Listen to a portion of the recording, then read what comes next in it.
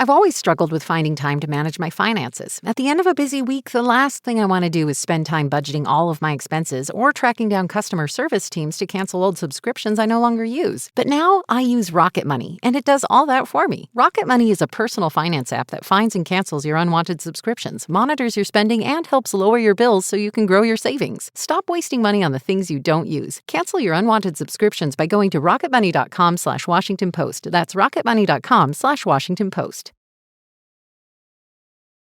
Okay, guys, this is my first convention that I've been to, and last night was the very first night of the Democratic National Convention, and I managed to get on the convention floor with producer Laura Benshoff. Hey, testing, 1, 2, 3, we're at the DNC. And I gotta say that energy was pretty high, especially when the headliner of the evening, President Biden, took the stage. Right now, all the delegates are taking to their feet. They're standing. It's late, but the euphoria in this room is real. It's palpable. But I will say I'm pretty tired this morning. How are you guys fueling yourselves today and staying awake? Lots of coffee. Deep dish pizza. No, I'm kidding. I don't. Deep dish is an abomination and nobody should ever eat it.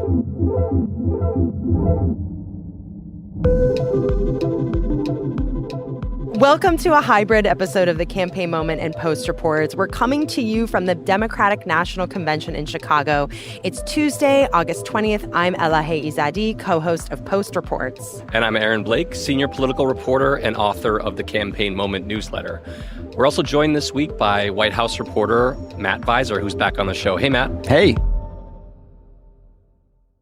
You guys, I want to start with talking about President Biden's speech last night. This was not the speech we were expecting him to give, or he was even expecting to give a few months ago. But as we all know, he dropped out. Vice President Kamala Harris is the new nominee. Matt, this must have been such a strange moment for Biden and also unprecedented for the Democratic Party. What did he need to do with this speech, and what were you watching out for? I mean, I was curious if he could keep his emotions in check. You know, I mean, he is at a moment reflecting on a half-century career in politics. So how does this moment hit him?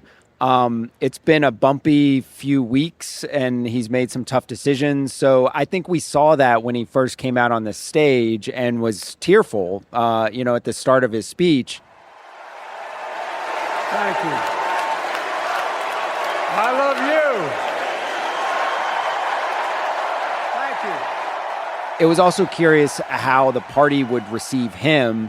And I think we saw from nearly 5 minutes of a sort of standing ovation and applause. And I think there was a feeling that he's like, that they are thanking him for his career. Yeah, that's interesting because, as I said, I was on the floor of the convention center last night. I saw staff pass around all these We Heart Joe signs with impressive speed and choreography, I must admit.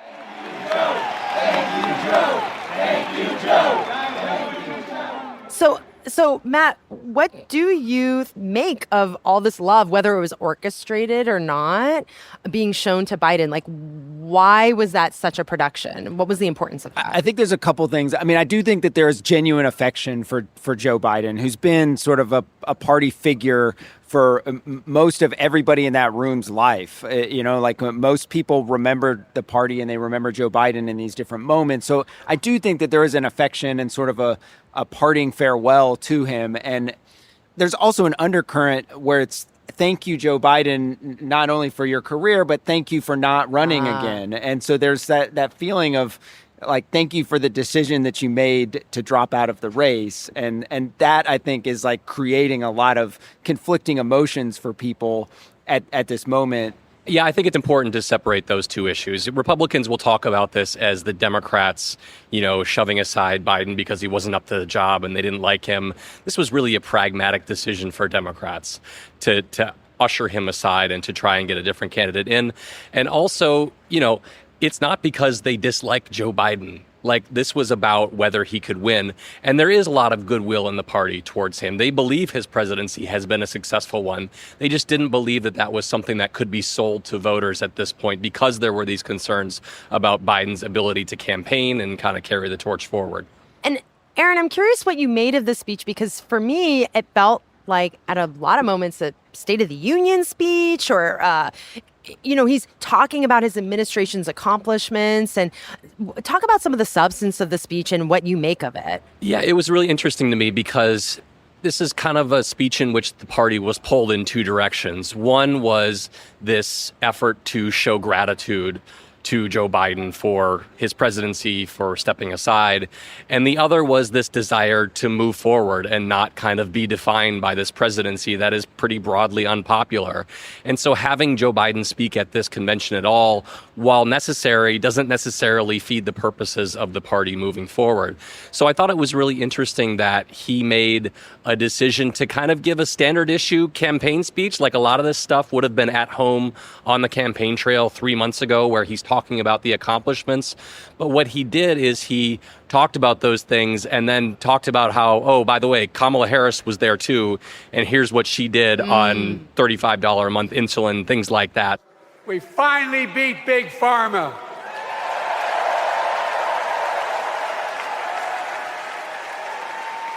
And guess who cast the tie-breaking vote?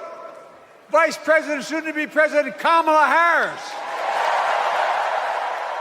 Like tying his administration and his record to her. Exactly. We did these successful things, and she was a part of that. So she owns some of my record, but look at the good parts of my record that she owns.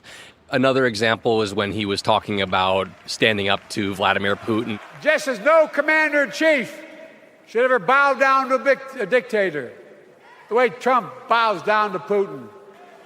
I never have, and I promise you, Kamala Harris will never do it. Will never bow down. Matt, also what's interesting is, you're talking about his emotions, but he was very forceful and energetic, actually. Yeah. This was not debate Joe Biden. Yeah. State of the Union Joe Biden. State of the Union. Yeah, that's right. I stand before you now on this August night to report that democracy has prevailed. Democracy has delivered. And now democracy must be preserved. And I think that's part of it, like him feeding off of a crowd and an energetic crowd that's supportive of him. And quite frankly, he did have a teleprompter. So, he was not like thinking so much on his feet, although the speech went much longer than I think had been planned, which is also typical of Joe Biden and why the evening lasted so long. I like how the convention organizers blamed too much raucous applause for the program going an hour and a half longer than it was supposed to. Interesting. Yeah, like Biden got like about 4 minutes, right? Yeah, I mean, well, there was a lot of applause, but generally speaking, you should probably build that into your schedule. Like, put Aaron on your planning committee next time. I'm here to help. Well, I want to talk about, obviously, Biden was the headliner, but there were some other speeches last night. Aaron, I know you wrote about New York Congresswoman Alexandria Ocasio-Cortez. She's progressive, and she's often been to the left of many Democrats and critical of the party. And she made, it seems like, one of the more impactful speeches of the night. Why did it stand out to you? Yeah, I mean, I think if there's a speech that we're looking back on in a few years from this convention, at least Monday night's version of it, that's one that we could be talking about. Ocasio-Cortez has for years kind of been warming to the establishment side of the party after entering as a squad member and kind of Bernie Sanders acolyte. And I think last night really kind of cemented that transition. And I think more broadly, she really went after Trump as not being the friend to the working class and delivered a pretty strong indictment of him. And Chicago, we have to help her win. Because we know that Donald Trump would sell this country for $1 if it meant lining his own pockets and greasing the palms of his Wall Street friends. And I, for one, am tired of hearing about how a two-bit union buster thinks of himself as more of a patriot than the woman who fights every single day to lift working people out from under the boots of greed, trampling on our way of life. But I think it's kind of more broadly reflective of this kind of unifying moment in the Democratic Party. Like, Trump is the great unifier of Democrats, and she's become more pragmatic over time. And I think that the way she kind of delivered her speech really spoke to delegates last night. Well, like I said, this is my first convention. I mean, when you talk about unifying message, how does that compare to past conventions where there were fissures? Well, I think what's interesting is, as Aaron was talking, like, this is only possible in part because of Joe Biden's exit. Like, you can really start to think about who are the party up-and-comers, because Joe Biden's presence for so long has somewhat stalled that. Because he, is an elder statesman in the party, you've thought less about the kind of the bench. And last night there were some attempts at protests that were largely snuffed out. And I think that you're not seeing as visible of protests as there would be, particularly if Biden were still the nominee. This convention is so much different than it would have been had he still been in the race. I think the energy levels are different. I think the willingness to overlook some of the divisions are different at this moment than they were just a few weeks ago. Yeah, I've been really surprised by how kind of little we've seen of the pro-Palestinian protests. There was a scene on Monday. Like inside the convention center? Both inside and outside. There was a march on Monday where some of the demonstrators broke off and kind of went into a no man's land that they weren't supposed to be in. And there was a confrontation with police. There was a banner that was unfurled on Monday night while Biden spoke. But as Matt was saying, it's not on the level that you might have seen if Biden, the more pro-Israel politician, was still here. There seems to be less kind of impetus for that movement to really make a show here in Chicago right now. We'll see how the rest of the week goes, but that was a major thing that was looming over this convention and something that we've been talking about for a few months. Yeah, I was outside on Monday seeing some of these protests, and they are smaller, at least they were yesterday, than organizers had expected. And I am curious how it is going to play out throughout the rest of the week. And on the floor, one of the big moments that people stood up and applauded for when Biden spoke last night was his mentioning of Israel-Gaza. Those protesters out in the street, they have a point. A lot of innocent people are being killed on both sides. Matt, how has the president been grappling with the politics of this at this moment, given he's not running again? I mean, he usually does not give a nod to the pro-Palestinian cause like he did last night. Did that stand out to you? Yeah. I mean, it was a different moment. I think he's also feeling confident that there's going to be some sort of deal, some sort of ceasefire. So I think you're seeing a lot of activity of him in a lame duck sort of period. But I think he feels like they're close to a deal, and he's close to being able to resolve what's been a major point of friction politically for him in this country. And so I think he has some new confidence in that, which maybe is leading to some of those lines in his speech. I mean, I think we'll see how the rest of the convention goes if protesters amplify their message in other ways. And there's also some uncommitted delegates here, right? And talk a little bit about who they are and what they represent. And I think there's a debate over whether some of those uncommitted delegates will speak or will have any sort of formal role in the convention as people who sort of withhold their support for the nominee over in sort this of a issue. protest over this issue. Yeah, and of course those uncommitted delegates this was a protest vote against Biden during the primaries, where these pro-Palestinian groups urged people to vote for uncommitted since Biden didn't have significant primary opposition. And that allowed uncommitted to have a significant number of delegates here at the convention. And so it creates an interesting dynamic. All right, let's actually take a quick break there, and we will be right back.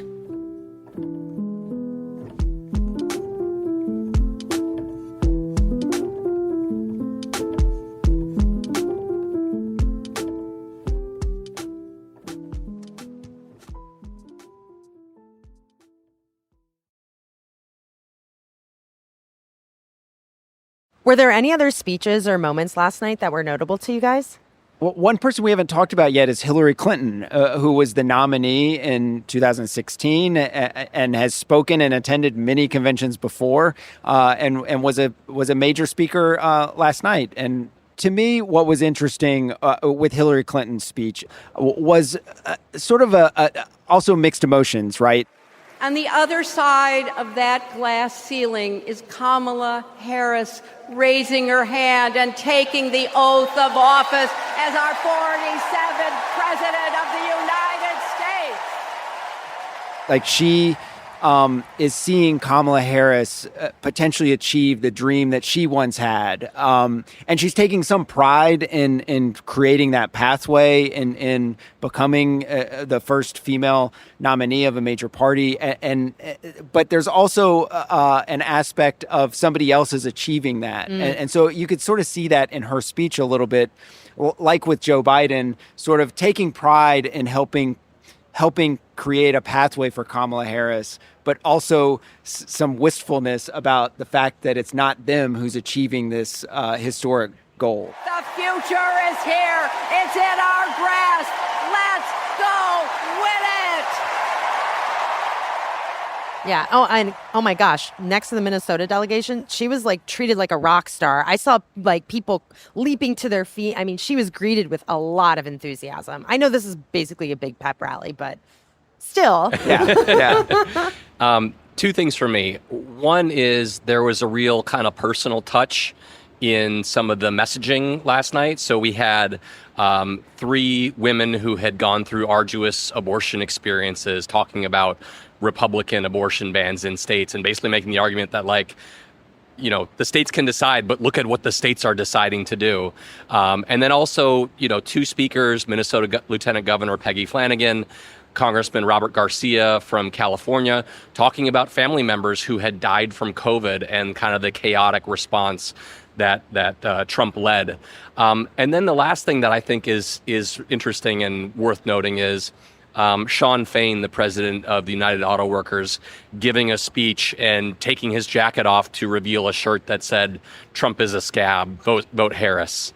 And then the crowd responded by chanting, "Trump's a scab." I thought this is kind of the birth of a new talking point because it escaped some people's notice last week, but when Trump did his event on X with Elon Musk, he kind of praised Elon Musk for supposedly firing striking workers, which runs counter to Trump's efforts to appeal to these labor unions, which has been a part of his 2024 campaign.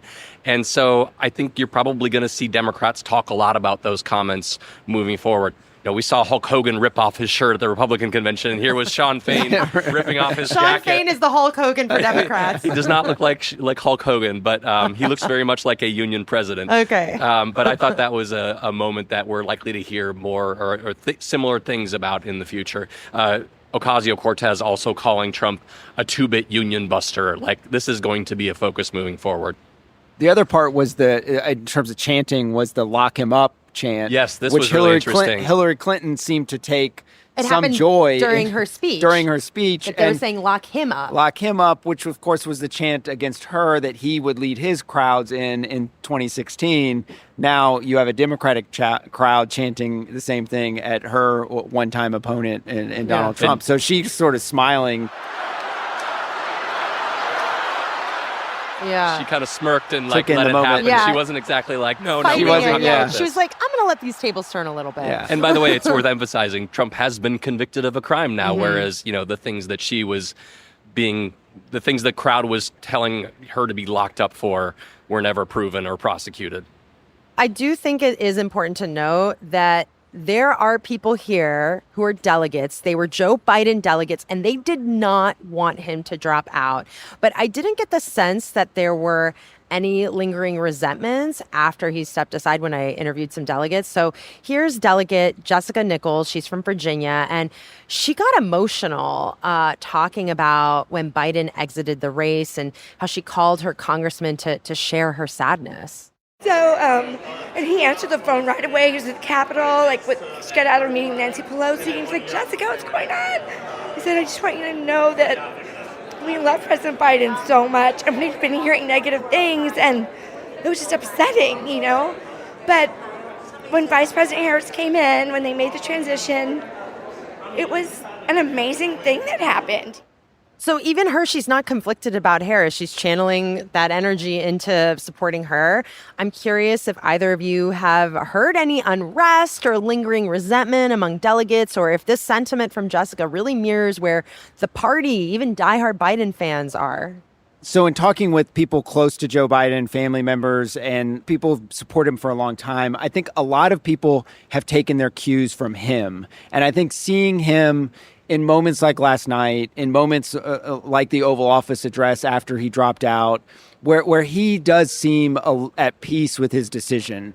He is, in fact, going out of his way in his speech to respond to people who say that he's angry. And all this talk about how I'm angry at all those people who said I should step down. That's not true. I love my country more, and we need to preserve our democracy. He is trying to kind of soothe that resentment within the party, and I think largely that's been effective. I think over time, there still is some bitterness, I think. It's just way below the surface at the moment. And so you're getting people like the delegate from Virginia sort of trying to grapple with that, where they feel conflicted about Joe Biden's exit from the stage, but also reconciling with that's probably the best option for the party, and seeing the results of Harris and the enthusiasm that she's brought to this campaign has changed the race completely, and they're sort of appreciative of him. And thank you, Joe Biden, for allowing this to be ushered in. I thought it was really interesting that he nodded to this issue in his speech. Like, when you're in politics, there's a sense that if you acknowledge something, it becomes a bigger deal. And so when he says, I'm not angry, like... It's like, are you? but the idea that he's angry is like the thing that Trump is pushing. Like, there's not a whole lot of like... Wait, say more about that. I mean, Trump is like building up this idea that there was a coup in the Democratic Party and that... he's kind of fantasized about the idea that Biden is angry and he's going to come in the convention and take the nomination back, which, of course, isn't happening. That, to me, suggests that they do feel the need to take this head on. And there are some hard feelings that they want to signal to people like, no, we're moving on from this. This is not a big deal. I will add, too, that there were a lot of Biden diehards who, when the party was pushing him out, were very concerned about this and were fighting back very hard. But almost the moment after he dropped out, the party united. And it wasn't just kind of what we're seeing publicly. It also showed up in polling. There was a survey from Ipsos shortly afterwards that showed just 4% of Democrats were strongly opposed to Biden having dropped out. This was a couple days afterwards. So people might have good feelings for him, and they might even not really like what happened a whole lot, but they're moving forward, and there's not kind of this lingering anger that he spoke about that kind of looms over this convention. Yeah. He also spoke to reporters after, as he's boarding Air Force One to go on a vacation. And he reiterated that he has not spoken to Nancy Pelosi, but he reiterated he's not angry. And he said, this was my decision. And so just so we're clear, the Nancy Pelosi of it all is that she was, one of the people who was orchestrating the whole process to pressure him to drop out of the race. And so he's making clear this was not Nancy Pelosi's decision. This was my decision. He wasn't forced into it. But he's continuing to sort of reiterate that in questions from reporters after the speech. The other thing to me about the whole thing was it felt like a moment of catharsis for the whole party last night with Biden, where they felt like they could both applaud him and move on from him at the same time and get this sort of part out of the way and move on with the convention that's going to be about nominating Kamala Harris. Yeah. And it was just like a lot of emotion in that room. There was like the handoff even. Yeah. Well, and Kamala Harris, a couple of hours before Joe Biden took the stage, came in somewhat of a surprise appearance. And I want to kick us off by celebrating our incredible president, Joe Biden. And led the crowd in thanking Joe Biden. Joe, thank you for your historic leadership, for your lifetime of service to our nation, and for all you will continue to do. We are forever grateful to you. And it seemed to me like a moment where the transition had occurred, where the vice president is usually the understudy. You don't hear from that person very often, and they're sort of on the sidelines. But she is now the principal in a way, and it's her convention. It's her party now, and that transition seems to be occurring in real time. All right. So, Aaron, was there any other point you wanted to raise about last night before we sign off? I'm not sure it's shocking that night one would focus so heavily on Donald Trump, but it was a lot of Donald Trump. Like, they were playing videos of things that Trump said. They hit him on COVID, on abortion, on January 6th, on his, criminal conviction. I counted about 150 mentions of Trump over the course of the night. And is that unusual for a convention? I mean, if you looked at the Republican convention, there wasn't quite as much mention of Biden and Harris, I think. And it is a decision because right now there is somewhat of a choice between playing up your new nominee and focusing on who she is, which I'm sure they'll get to later in the week, and defining your opponent. And I think Democrats focused a lot more on defining their opponent than Republicans chose to, which is a really interesting choice, especially given Harris's ascendant in this race. Like, they could focus on kind of a positive message a lot more and not worry about the opposition. But on the other hand, despite her rising, Trump is still more popular than he was when he was president. So maybe they view this as like, we're rising, but we also want to make sure we bring him back down to where he was before and really solidify these gains that we've made in this race over the last few weeks. Well, we'll have to leave it there. That's it for today's episode. Thank you, Matt, for joining us. Thank you for having me. Matt Beiser is a White House reporter for The Post, and Aaron Blake is a senior political reporter. Of course, thank you, Aaron. Thank you, and don't forget to subscribe to the Campaign Moment newsletter. You can find a link to the Campaign Moment newsletter in our show notes and at postreports.com.